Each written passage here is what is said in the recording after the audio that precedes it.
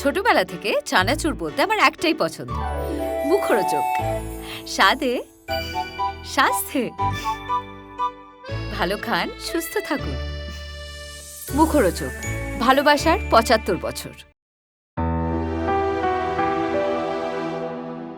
Hair stylist Tanushree দাসের আত্মহত্যার চেষ্টা আবার নতুন করে নাড়ি দিয়েছে টলিউড ইন্ডাস্ট্রিকে। আবারও প্রতিবাদের ঝড় টলিউডের আনাচে কানাচে।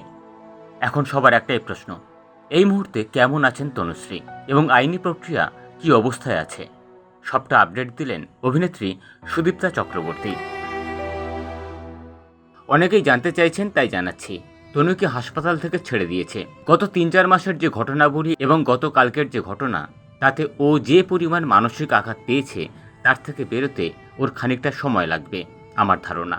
হাসপাতাল থেকেও সেই মানসিক আঘাতের জন্য নিয়মিত কাউন্সেলিংয়ের পরামর্শ দেওয়া হয়েছে। গতকাল রাত ২টো থেকে চেষ্টা করার পর শেষমেশ আজ বিকেল ৪টে নাগাদ ওর পরিবার এফআইআরের কপি হাতে পেয়েছে। আশা করি এই ঘটনার সঠিক তদন্ত হবে এবং যে বা যারা ওকে এই চরম সিদ্ধান্তের দিকে ঠেলে দিল, আইনানুগ তাদের যথাযথ শাস্তির ব্যবস্থা হবে। অনেকেই ওকে আর্থিক সাহায্য করার ইচ্ছে প্রকাশ করেছেন। আমি যতদূর ওকে চিনি, ও হাত পেতে টাকার সাহায্য নেবার মেয়ে নয়। তবুও ও আরেকটু সুস্থ হলে আমি চেষ্টা করব এই বিষয়ে ওর সঙ্গে কথা বলার। এখন শুধু চাই ও দ্রুত সুস্থ হোক এবং কাজে ফিরুক।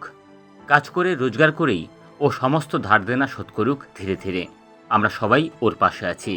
অন্যদিকে এই ঘটনাকে সামনে রেখে ফেডারেশনের খোল নলচে বল নাড়ানোর জন্য সোচ্চার হয়েছে ডিরেক্টরস গিল্ড।